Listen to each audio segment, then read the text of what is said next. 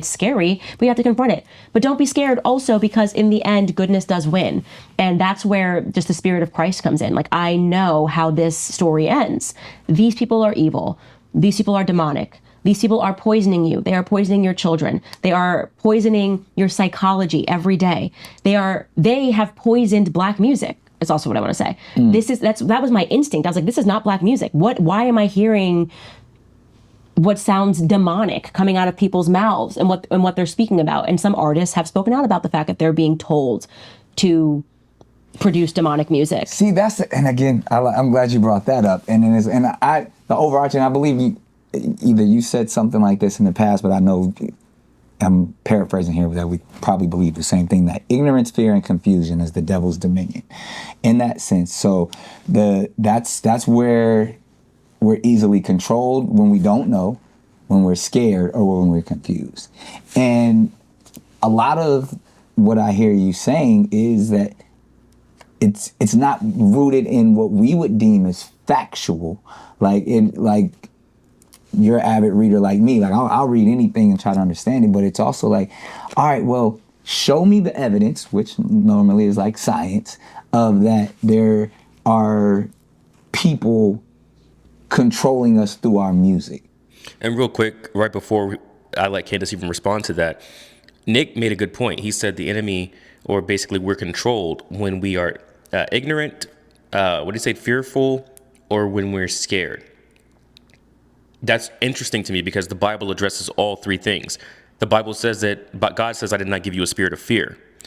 The Bible also says, my people perish for lack of knowledge, right?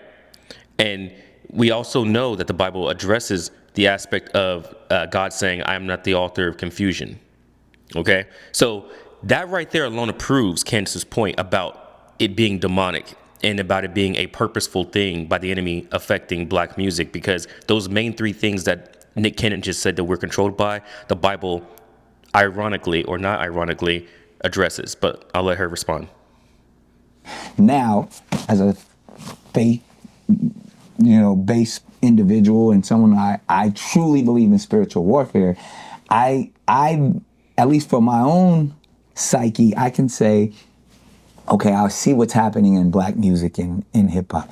I don't think there's a secret meeting going on that, and I've even heard about the secret meeting. I'm like, why? I want to know who was in those meetings that they were saying, I need you to say all of the horrible things about Black men and Black women. I need you to put satanic influences into songs and signs and symbolism. Like, to me, that is an energy that, or a spirit that can come upon people to make you want to do that, especially based off of their circumstances. If all I know is pain, strife, anger, hate, I'm going to now, put that back out or regurgitate that to my own community. And that in itself is a cycle of darkness and low frequency that we can be removed from. But to say that there's like these secret people coming in and telling us, I don't think they're secret. I don't think they're secret at all. And there have been multiple artists that have spoken out and said that producers have encouraged them to. But yeah, that's an individual. But is that not to believe them? That's an individual. So sure, because like I said, I can find the devil, and I can find the devil in gospel music if I wanted to. But I can also say, I can find the God, I can find the good in every aspect, whether it's Hollywood or not. Like, there's multiple things where if we even understand what entertainment was designed for, it ultimately is to relieve us of the stresses that everyday life brings upon us. Right. So again, you operate each and every day in a space of like, look, I'm on the front lines and I'm literally trying to help people understand and get clarity and hear the truth. But when that becomes confusing or it becomes rhetoric, and now I just see people with great brilliance just arguing back and forth about things that ultimately are not creating any gain for either one of the individuals, except for maybe ego to say, oh, I was right, or oh, I read this. Like, knowing your position and knowing what you can offer to the world, how do you differentiate between like, all right, I'm gonna just go ahead and I'm gonna do nothing but speak, against, the trans community, or I'm gonna speak against Black Lives Matter, or whatever that at the moment where you can say clearly you're brilliant enough to be like, all right, I don't have to go out there with my sword swinging.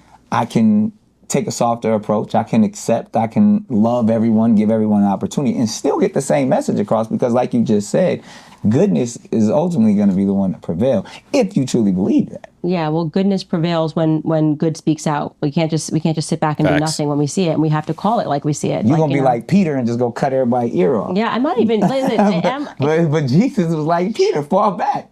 Give my man his ear because he needs to hear this process. I think it's interesting because I don't find myself to be offensive. I just think everybody else does. I know. That is correct. And I think the reason for that is because people don't like hearing the truth. And I think it's because they know it's the truth deep down and they have like a visceral response. And I would agree with you. I would definitely agree with you until we start jumping into these spaces that sound very conspiracy theory. I used to be that guy. I was that guy that was like, they're trying to tear us down. And then to your point, which you often speak of, that becomes a victim-like mentality. So my message started to often being like, yes, the world's fucked up. Yes, there's so many, there's more enemies than we know. But I know the God within me and the God that I serve is gonna have them all fall into my feet when I walk into the room, because I know the energy that I possess. Yeah. So therefore, I don't have to come in guns blazing, because if we know the truth and we know ultimately that goodness will prevail, then why can't I lead with love and cut them off with compassion? Because we live in a world where people will bend to the spirit of evil. They will bend to the spirit of nonsense. They will allow every part of their reason to be stripped away so that they can fit in. And again, this gets into, and this is not conspiracy. In fact, we should stop using the word conspiracy theorist, because we know that was a CIA term that they entered into the lexicon following the shooting of JFK. So they say the word conspiracy theory. That's well, the theory is the only thing that's the problem. The conspiracy to conspire is not an issue. Yeah, but that is the truth. And that is why we should just call it out when we see it. This is what's happening. These people are conspiring. Like, that's what I do. And here's a document you can look at to see when they've done it in the past, and this is what's happening now. And I also listen to people. I don't gaslight people. So if an artist comes to me and says, I've been told to record something demonic, or I had a conversation with Amber Rose, and she a couple of weeks ago, and it was a lot of her telling me that she was basically just being pushed by people that you need to be more sexual, I accept that, obviously, at a certain point, and this gets into why you were saying why I won't bend for money. I wouldn't do it. I'm built different, But I also acknowledge that these people are being pushed in a certain direction. Women, you're being told, can you make it sexier? I will not accept. The conspiracy to me is to try to convince me that the times have changed, and we went from, in the Black community, producing Michael Jackson and Whitney Houston to what really Black people really want to hear right now is Sexy Red. And so that's the reason why these record labels are going to Sexy Red and offering her a deal. I refuse to believe that. Okay, so yes, power is held by these labels when they go out, and I don't mean that as any disrespect to her. What I am saying is that frequencies are real. Yeah, okay, exactly. Frequencies impact your spirit. You and I know that. There's been brothels and strip clubs and stuff since the oldest profession. I'm talking about music. So, right? Okay, and like you said, I'm talking, yes, and you are correct, but Confucius said, listen to the music. And you'll be able to know the and there's a reason for that. Society. He knew this. This Chinese philosopher knew this back when, and this people who, in my viewpoint, have a lot of power in the music industry also understand that. There is no reason to fight to put filth on the airways and then try to convince people that it's free speech. Because it's the thing that I think Nick doesn't understand, or maybe is not receiving from Candace, is this. There's the kingdom of God and there's the kingdom of darkness. There is no in between. If you take God out of a place, a vacuum doesn't remain there. The enemy moves in because that is now legal free game territory, okay? A lot of people say the same thing with schools. They say, oh, when we took prayer out of schools, you notice that things started going pretty crazy in the public school system compared today how it was even when I was in school in the 90s as a kid. The same thing is said about the Pledge of Allegiance. They took the Pledge of Allegiance out of school, and in what, 1 or 2 generations, if that, you have like the most unpatriotic group of people that's ever existed in this nation. Coincidence? Now, I'm sure that it's a lot more, intricate than that. I'm not saying that that's the only reason, but you have to understand. We went, like she said, from Prince, Michael Jackson, Whitney Houston, from these type of artists to Sexy Red, Glorilla. And some of you might be saying, oh, well, Prince was wild. He wasn't clean. He had some raunchy stuff. Prince had some raunchy stuff for his time. But because there's still levels to this. He had some raunchy stuff for his time. But do you really want to compare Prince to Lil Nas X? Okay? You don't even want to put them two in the same Lil Nas X make Prince look like a gospel singer, okay? So the level and the thing about this that's crazy, guys, is this is like within the same lifetime of a lot of people. What I mean by that is there are people alive right now who remember when Michael Jackson, Prince, Whitney Houston, these artists were big and popular and were alive. And they're still alive right now through this era of Sam Smith doing demonic stuff, Lil Nas X doing demonic stuff, Taylor Swift doing demonic stuff, and so forth. Now, if you think that we went from that to that in one person's lifetime, naturally, I don't know what to tell you. Well, I do know what to tell you. You need to seek Christ. Don't fall for it, okay? Candace is absolutely 1,000% correct in this, okay? There is a concerted effort to put things in the airways. The Bible calls Satan the prince of the air. You know why? That the prince of the air, where's their air? Is there air in space? No. Is there air in heaven? No. Where's their air? There's air here on earth. That means that he rules the airways. He rules communications. He rules the entertainment. That is his main medium in which he operates through. So if you think that any music, and this isn't just, particular to hip hop or rap, I know they're talking about hip hop, but this goes to any genre. There's some demonic stuff I've seen, with hardcore metal and all and scream music and all this other stuff. That stuff's demonic too. Why? Because anywhere God isn't, then the enemy has legal ground to move into. There is no in between.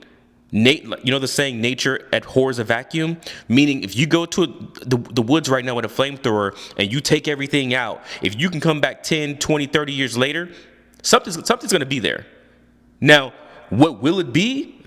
I don't know. It might be something different than it was there before, but what's not going to happen is you're going to just level it out and come back 30 years later and nothing's going to be there. Nature doesn't work like that. Something will come and fill that vacuum. Music, people's minds, people's spirits operate the same way. But let me know what you guys think below.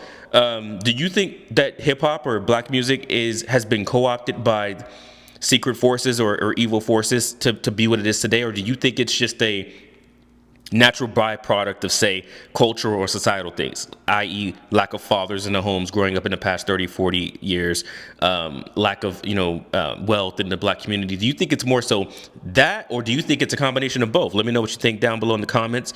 And until next time, God bless.